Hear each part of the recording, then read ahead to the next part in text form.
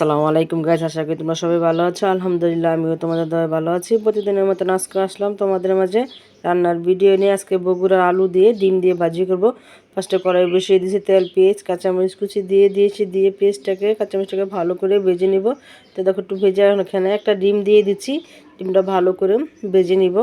ভেজে তারপর আমি আলুটা দিয়ে দিব, আলুটা কেটে দিয়ে আমি পানি জড়ায় রাখছি তোমার। তো ডিমটা ভালো করে ভেজে নিয়েছি, এখন আমি আলু দিয়ে দিব।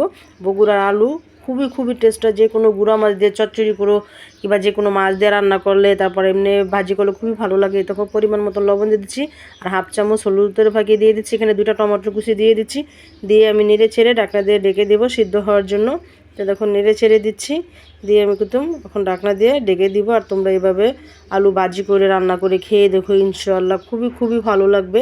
তো দেখো ঢাকনাটা উঠিয়ে আমি আবারও নেড়ে ছেড়ে দিচ্ছি, আর টমেটো কিন্তু একদম গলে যাবে।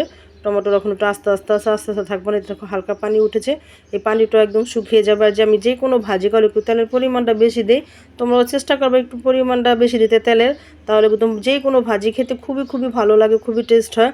তো দেখো কথা বলতে বলতে আমার ভাজি হয়ে গেছে। এখন আমি ধনিয়া পাতা কুচি দিয়ে দিচ্ছি, ধনিয়া পাতা কুচি দিয়ে আমি এখন নেড়ে চেড়ে দিব।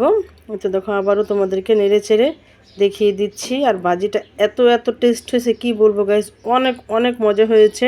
তোমরা এইভাবে বগুড়া আলু ভাজি করে খেয়ে দেখো, ইনশাআল্লাহ অনেক অনেক ভালো লাগবে। ভালো লাগলে লাইক কমেন্ট শেয়ার করো। আল্লাহ হাফেজ।